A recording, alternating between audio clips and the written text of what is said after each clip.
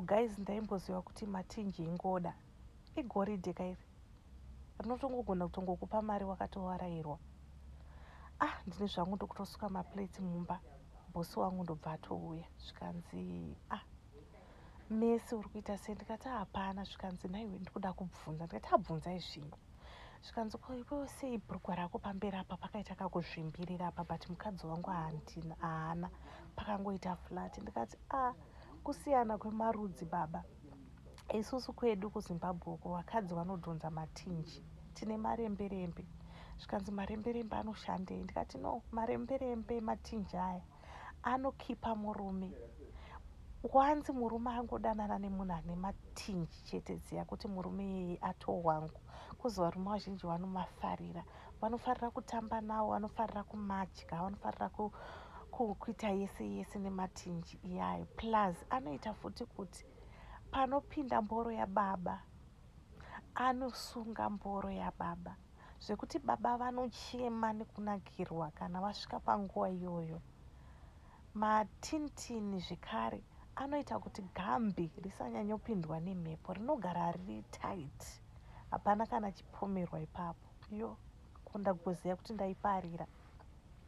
Zvikanzi wow, ko ndokumbira kuona. Ndikati just kungokumbira, you have to pay most, no one for mahala. Tinotoda chigwalangwa, igoridhe yangu kai. Ndobva watoseka. Zvikanzi okay, ndobva atoenda. Ndikatoti zvangu pano ndichataurirwa kuna madam Bosca kuti ndozvandasara ndichiita pano. Kumatime zvikanzi so kana nchida kuona imari. Ndikati imimi zvakangofanana nekuti wapfimba mukadzi unomubvunza kuti ndoda kukukecha nemari here, unotongofanira kutongozira yega kuti panapa ndofanira kubhadhara mari. Zvikanzi ndokupa chii? Ndokupa 1000. Ndikati 1000 ishoma, made kuisa pa 1.5. Zvikanzi 1.5 inobva yazongoda ndichitodya kachii, ndichitodya bechi racho. Ndikati papo tositaurirana ipapo. Ndobva vatonditransfera chii 1500 ya. Ndikatoti are you serious? Zvikanzi nditori serious. Ndikati murevese imi? Zvikanzi nditori serious. Ndikati okay. Ndobva ndati wait, ndiri kudzoka. Ndobva ndanyatsoenda mushawa. Ndikati let me bath first. Ndobva ndatoenda mushawa pandanogesa, bva ndanyatsoshevha, bva ndanyatsobvisa kese kabvudzi kanoti kese. Ndobva ndaspreya. Ndobva ndaita sei? Ndobva ndatobuda. Guys, baba ndobva wazouya muromo mandanga ndiri. Ndikati but ndinonyara. Zvikanzi no, there's no need to shy.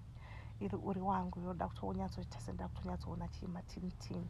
Guys, ndarivhura rinobhurugwa ndakaita kunonzi kumapeta matinitini angu. Imi baba wajowa iwawo. Zvikanzi zvinhu izvi zvakanaka izvi. Wapererwa, murume mukuru amerera, muri kunzo amerera. Zvikanzi wakatakura mwana iwewe, I like it. Ndikati serious? Zvikanzi ndabva ndatokufarira. Ona chii? Ona mboro yangu yatobva yatomira ipapo. Ndikati zvekumira kwemboro yetinenge nazvo zvangu. Ndobva ndatopfeka chii? Ndobva ndatopfeka bhurugwa. Ndikati mari yenyu yatoperera pano. Zvikanzi are you serious? Ndikati ndinotodhura inini. Kana muchitoda kutozotopinda imomomo munotoita something chekuti muite sei mupinde. Guys, zvakaoma. Baba ivavo havachatogarisiki nezvavaona mubhurugwa mangumo. Zviri kungonzi shamwari ita plani, shamwari ita plani, shamwari ita plani. Ndoita plani yeiko? Guys, ndiri kudzoka zvangu nepati 2.